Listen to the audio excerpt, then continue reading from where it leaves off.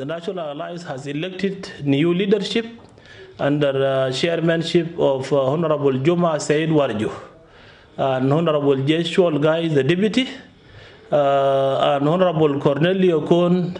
Right now, he is a former chairperson of the National Alliance of Political Parties. The second point we discussed with His Excellency is the economic hardship in the country. We discussed how to improve our economy by encouraging our people to cultivate and put priorities to the agriculture to boost our economic. The third point we discussed with His Excellency is the Tumaini initiative. We get a full brief from His Excellency about the Tumaini initiative, and we thank the mediators about the progress made by the parties to the Tumaini initiative by agreeing on the agenda. Because all this time they are discussing without agree on the agenda. They agree on 3 agenda. One of them is the root cause of the conflict.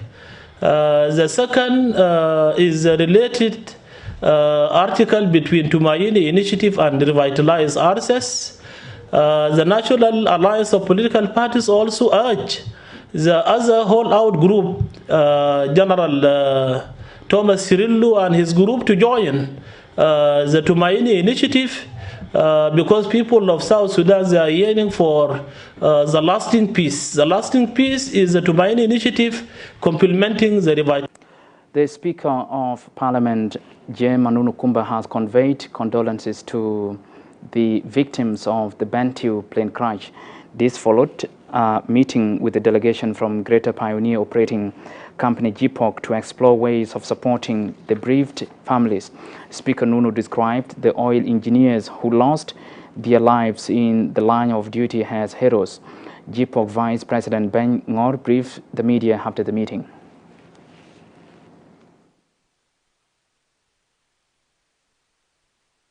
We are all mourning us in Parliament as the representative of the people. We are very much affected by what has happened, like all of you. We are all traumatized. The whole nation is traumatized by this incident. And I know you, as colleagues of these brothers who perished, are more traumatized. Traumatized because they were here with you on daily basis. You are traumatized the same way the direct families of the deceased are traumatized. So at difficult times like this, we have to come together and console each other for the loss of dear ones, loss of friends, loss of colleagues. We are not able to visit the families one by one because they are all scattered in different places. That's why we thought we should come to their place of work and register our condolences, heartfelt condolences, and also if there is a condolence book for that you have here, we can also sign it on behalf of the Parliament. If there is none, we register our sincere condolences to you, the leadership, the President, the Vice President, and all the staff of GPOC. It was a great shock to us at GPOC family. For some of these staff has been our members for many years. And we have actually invested in some term of training to make sure that they can take up the industry to the next level. That social attachment with us, with them, it will take some time to be forgotten. It also affects each individual family for the late and all of us as a country. We are the GPOC families very much thankful to all of you for coming over to GPOC premises and share your thoughts and at this our mournful moment. So we are very much thankful to all of you. As you know that these are our brothers. It is a loss for not only for the GPOC family, but loss for the society and as a nation as a whole. Because they are basically oil soldiers. They have put their effort, they have their experiences, and this is a big loss for. The Presidential Security Advisor convened with Bor community leaders and the Bor County Commissioner to address the recent Nyolo crisis. Discussions focused on the safety of returning cattle herders and the urgent need for humanitarian assistance. The Presidential Security Advisor assured the community of a safe return for the cattle keepers, stating that he is working closely with local leaders to develop a comprehensive security plan that addresses their fears and concerns. For his part, Dr. Ango Gordon called the Bor community chairperson urges the government to provide adequate protection for the returning cattle keepers, emphasizing the urgent need for humanitarian assistance to support the affected communities. Communities to be fighting over very petty issues. So thank you, Your Excellency. We have advised us, we have the task to go and engage our people, the cattle headers, so that they can relocate to better areas where there will be no issues or conflict. And we wish this country to be always successful. And the Minister of Information, Communication Technology and Postal Services, Michael Makwei-Luet, has proposed the need to have a think tank to help government in making informed decisions and policies. Minister Makwei made the statement on Tuesday while sharing the ministry's 8th annual leadership meeting. The ministry's Undersecretary for Information, Dr. Awan Yat, welcomes the ministry's idea of having a think tank to contribute to policy-making processes. The Undersecretary announces the launching of JICA project on 11th of this month aimed at supporting mass media in the country. We discussed about 7 items that compose the agenda of today and touch upon a new idea of coming up with a think tank that will aid policymakers in coming up with informed decisions. And then we also talked about 2 items concerning the establishment, a proposal to establish a national media working group. The other was a presentation of a project that has been approved and that will be launched on the 11th of this month, which is working on about support of the current mass media comprising of various radio stations, including SSBC, Malakal, and WOW. We would like to rehabilitate this, and we are getting support from JICA. The implementer is UNESCO.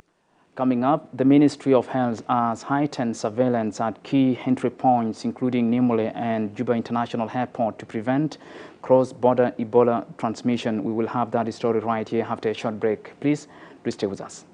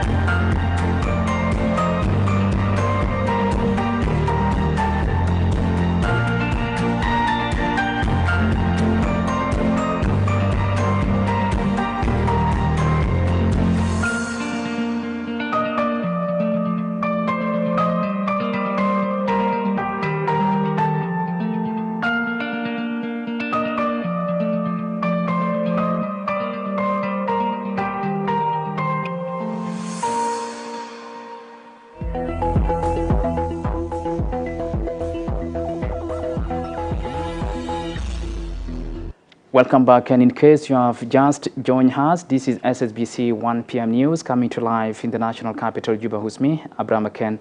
Now, the Ministry of Health has heightened surveillance at key entry points, including Nimule and Juba International Airport, to prevent cross-border Ebola transmission.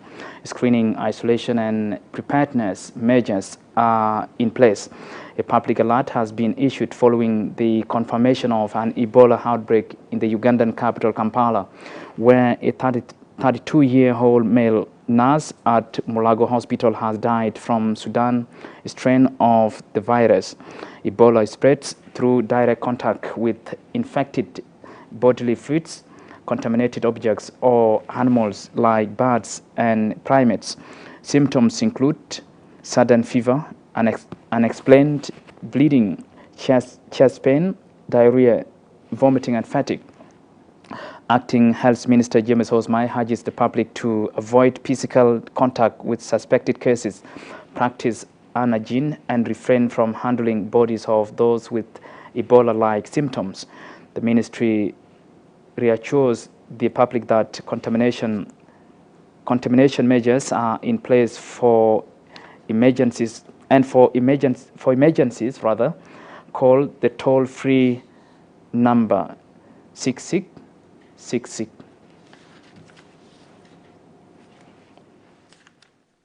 This is a press statement on Ebola virus disease outbreak in Kampala, Uganda. The Minister of Health, South Sudan, would like to inform the general public of a confirmed outbreak of Sudan Ebola virus disease in Kampala, Uganda. This outbreak was confirmed in 32-year-old male nurse, designated as the index case, an employee of Mulago National Referral Hospital. The patient presented with a 5 days history of high fever, chest pain, and difficulty in breathing, which later progressed into an unexplained bleeding from multiple body sites. The patient experienced multi-organ failure and succumbed to the illness at Mulago National Referral Hospital on 29 January 2025. Post-mortem sample confirmed Sudan Ebola virus disease. Ladies and gentlemen, Ebola is a severe and often fatal virus illness. It is spread through direct contact with infected bodily fluid and contaminated objects. This virus can be transmitted through human-to-human transmission via direct contact, through broken skin or mucous membranes with blood or body fluids of a person who is sick or has died from Ebola. Contaminated objects such as 6 guinea worm cases have been confirmed in South Sudan. This was disclosed during the 19 annual meetings organized by the Carter Center to review guinea worm eradication programs. Martin Justin Paul Kose reports. Participants in the 19th Annual Review Forum on Guinea Worm Eradication pay tribute to the late Jimmy Carter in a minute's silence in recognition of his tremendous contributions in the service of the people of South Sudan. Dr. Hakim Gol Makur, Director General of Guinea Worm Eradication Program at the Ministry of Health, says the ministry will maintain the program to the point South Sudan is declared free of the disease. The program will last and will survive, and the legacy of the Carter will make sure that it lasts forever. I will do the best Yohana Jimmy Carter legacy of fighting against Guinea worm. Speaking in a video conference from Atlanta, USA, the director of Guinea worm eradication program at the Carter Center, Adam Weiss, renews the continuation of the partnership with South Sudan until the vision of the late Carter is fully achieved in the country. And certainly the Carters as a family and the Carter Center staff have always stood in solidarity with the people of South Sudan and will continue to do so, whether we're talking about the fight against guinea worm, river blindness, or your continued pursuit for peace. The Undersecretary in the Ministry of Health, Dr. Harriet Pasquale, persuades all partners, including the Ministries of Water Resources and Irrigation, Livestock and Fisheries, and Wildlife Conservation and Tourism, to work together in combating guinea worm. To ensure the eradication of guinea worm in our country, it calls for achieving the target against the challenges of diverse climate conditions, infrastructure limitation, remote settings. We call for determined resolution to eradicate guinea worm in South Sudan. According to concerned authorities in the health sector, 20 cases are of more danger of exposure to the disease compared to the last year's 3 to 4 cases. Martin Justin Paul Kose, SSBC, Juba. Thank you, Martin, for that report. Now, the Minister of Wildlife Conservation and Tourism, Rizik Zakriasen, on Tuesday met with the new Turkish Ambassador Metin Ergin in Juba. The two leaders exchanged views on bilateral cooperation between Juba and Ankara and the needs to deepen bilateral engagements in the country's tourism sector. Ambassador Metin expresses commitment to working with the Ministry of Wildlife to promoting South Sudan's tourism sector. About the possibilities of strengthening our partnerships between South Sudan in general and Turkey, and in our case between this Ministry of Wildlife Conservation and Tourism and my counterpart in Turkey. On my personal note, I believe that Turkey are the right nation and country for us to partner with based on the vast experiences, based on the different development that they have in this juncture. But what is needed now for us, we have to pick it serious as we can so that we drive it along that direction. We discussed the possibilities of further enhancing our cooperation in areas like tourism and wildlife. And my impression is that our potential is great, and there's the will from both sides to achieve. Finance and planning, together with public service and human resource development ministries, have on Tuesday launched an expansion of integrated financial management information system and implementation of the human resource management information system programs. This initiative, supported by the Public Financial Management, is expected to begin with 2 projects, most importantly to tackle issues of overstaffing and cleansing of ghost names, rearranging and organizing the payroll to achieve a biometrically integrated payroll management system, as well as coordinating and managing data system at all levels of public institutions. The Undersecretary for Planning, Benjamin Ayali Kunyongwa, signed on behalf of the Ministry of Finance, with Dr. Makasi Piri signing on behalf of Integrated Financial Management Information System. Public Service Ministry's Undersecretary Pelista Bayer represented her institution during the signing ceremony of the 2 projects to be implemented soon. It is our project, it is us, the government and the people of South Sudan, that wanted to clean the payroll so that those who are working are decently paid. And I wanted to underline that, I want to underscore decently paid.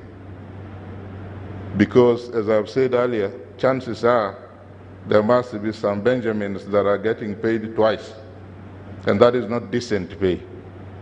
We have to be paid decent. I only get paid in one place, in one ministry, for the position I am holding, for the services I'm delivering to the people of the Republic of South Sudan. And that is very, very important. And this project is addressing exactly that. I'm happy, and that is where my happiness is, because we have challenges of meeting the civil servants' payroll payments or salaries regularly. This is a milestone for us as people of public service, because most of our problems are going to be resolved with this human resource management information system. We have been waiting for this kickoff very eagerly, because the rollout of this human resource information management information system will make us to optimize, it will optimize workforce management in all the units, especially in the Ministry of Public Service. And data will be accurate, no data will be compromised. And most importantly, it will enable us to track attendance of all the employees. And that is one of the most important things in the human resource management. And all our problems will be resolved. We'll have more of technical discussions. We'll allow Free Balance team and Forgotten team to ask some questions as part of the situation analysis that will feed into the final session report. HRMS implementation project assignment, that is one of the key interventions. Still to come on the news hour, the Ministry of Foreign Affairs and International Cooperation has strongly condemned the recent statements by the Sudanese military and government officials regarding the presence of South Sudanese citizens within the Rapid Support Forces. We will have that story right here after a short break. Please stay with us.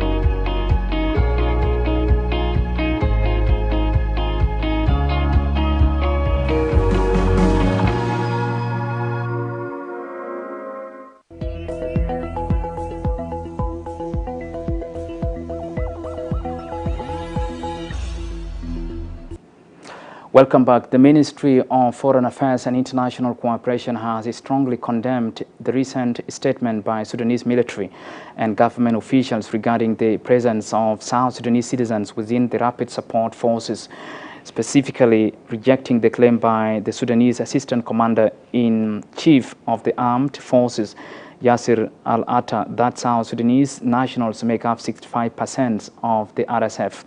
The ministry's spokesperson, Apuk Ayuel, stated that the government condemns any threatening and disrespectful approach to addressing concerns and reaffirms its commitment to maintaining good relations with Sudan while upholding international humanitarian law, human rights, and state sovereignty.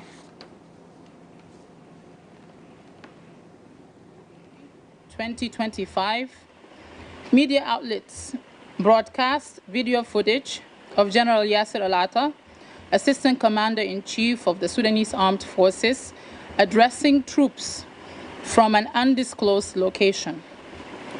During this address, he claimed that South Sudanese citizens constitute 65% of the Rapid Support Forces fighting force.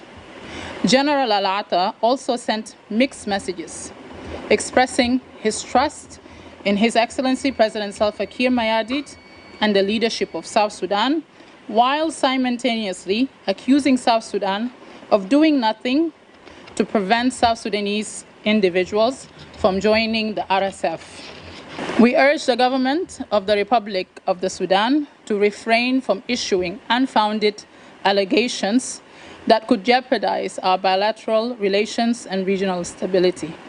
The government of the Republic of South Sudan reiterates its commitment to sustaining cordial relations with Sudan and upholding the guiding principles and overarching objectives of global order, international humanitarian law, human rights, state sovereignty, mutual respect, win-win cooperation, promoting peaceful coexistence and peaceful dispute resolution in any.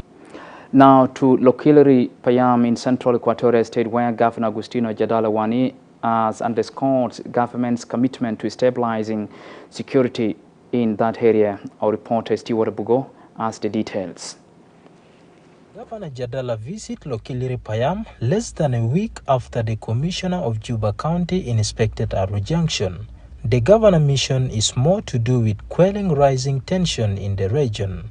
Roaming cattle have often ignited conflicts between settled farmers and cattle headers, especially with reports of cattle headers encroaching on Nyolo village. Addressing a public gathering in Nyolo on Monday, Governor Jadala said the government will pursue peace approach to resolving the current disputes over crop losses to roaming cattle.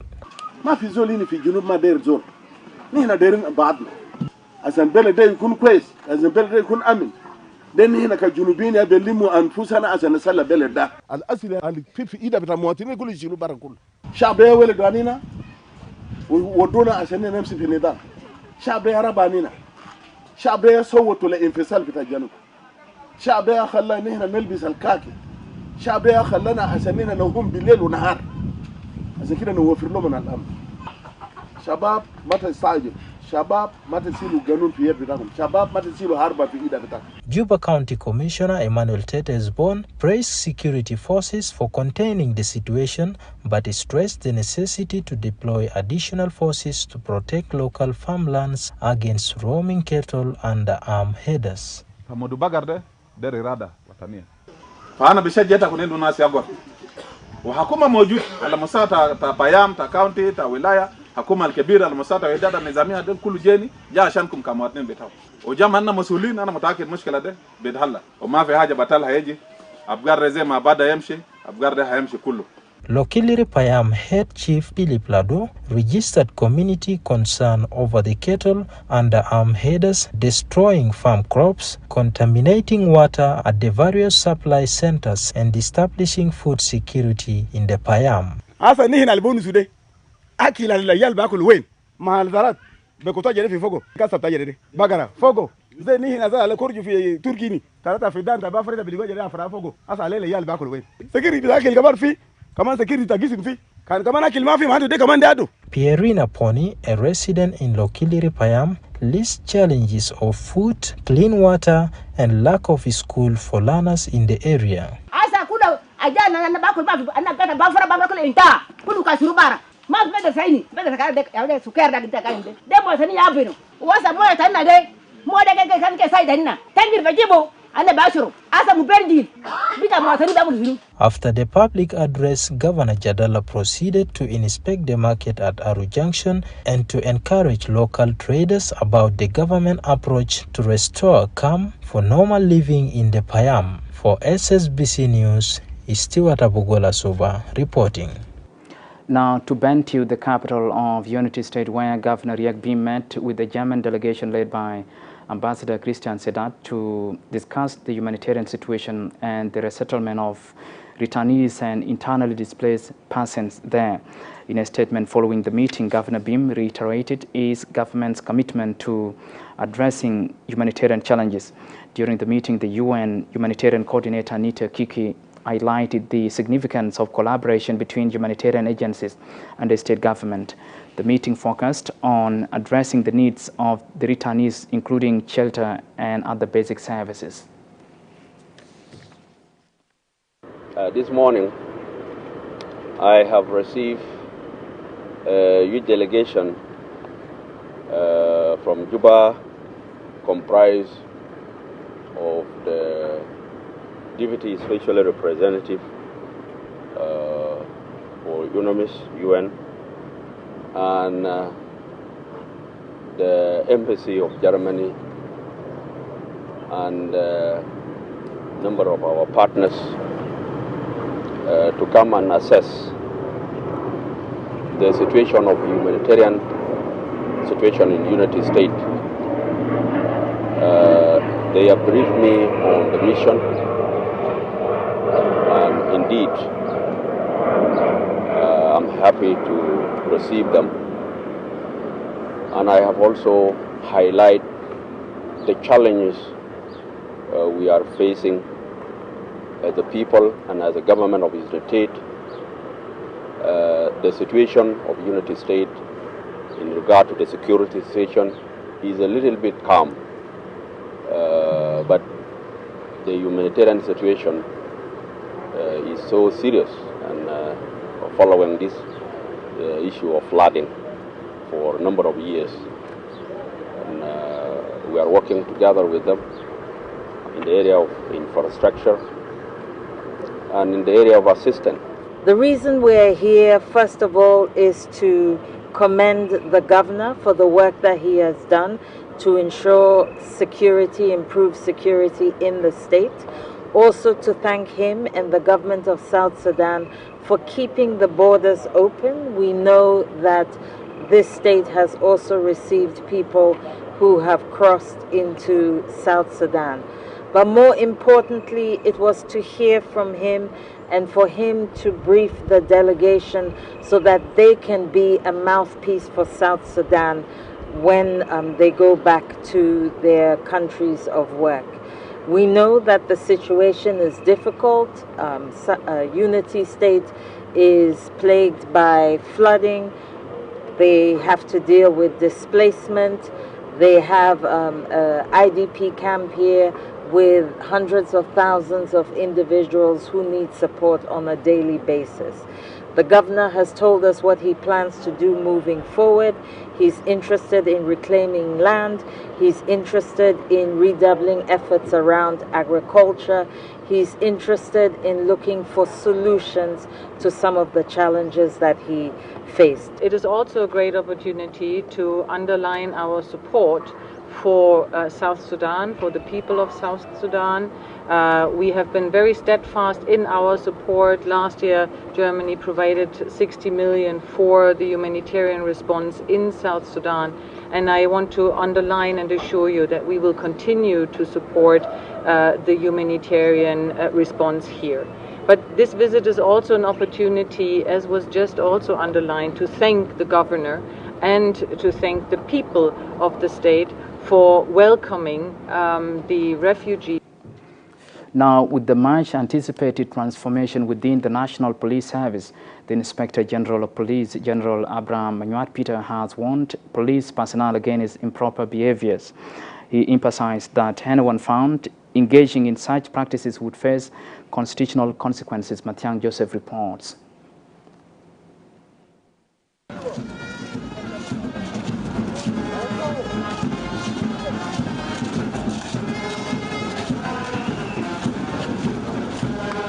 Days after mobilizing efforts to addressing the growing ring of criminal activities among the youth, it is yet another day for the disciplined men in uniform, marching as they await instructions from their boss, Abraham Manyuat Peter.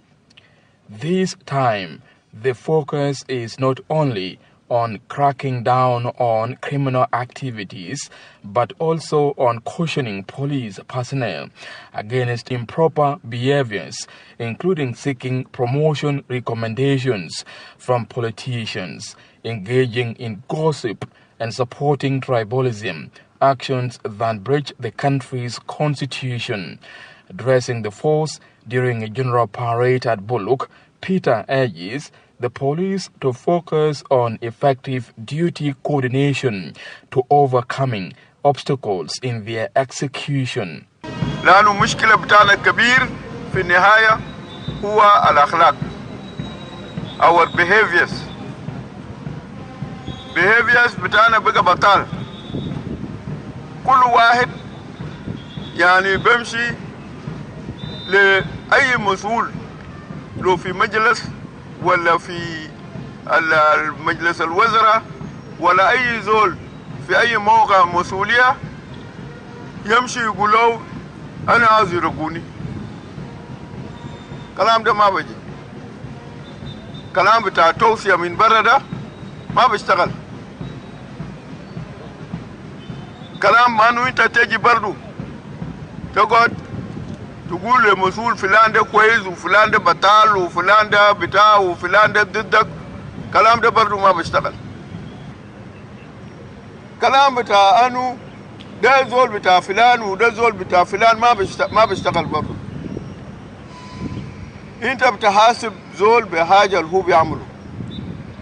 The police chief stresses that unity among the people of South Sudan must start within the police, underscoring the significance of teamwork in effective duty execution. شغل بتاع البطال وديك جهنم. ما عنده خرط بتاع تقسيم بتاع الناس. You do what is best. في كل المناسبات أنا قاعد نقول الوحدة بتاع جنوب السودان ده ببدأ من البوليس.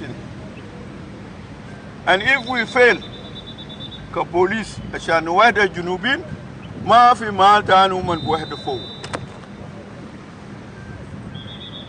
Yes, أنت بولدوك براك and you have to die alone. ما بدفنوك مع يال بتاعك. لكن there is a need for you to تعيش مع ناس. كلام ده كلام مهم. The police have vowed to install professionalism and respect for human rights among their ranks. Reporting for SSBC News, Mathiang Joseph, Juba. And that story brings us to the end of our news. From me, Abraham McKenna, and the whole team here, we thank you all for watching. Bye-bye.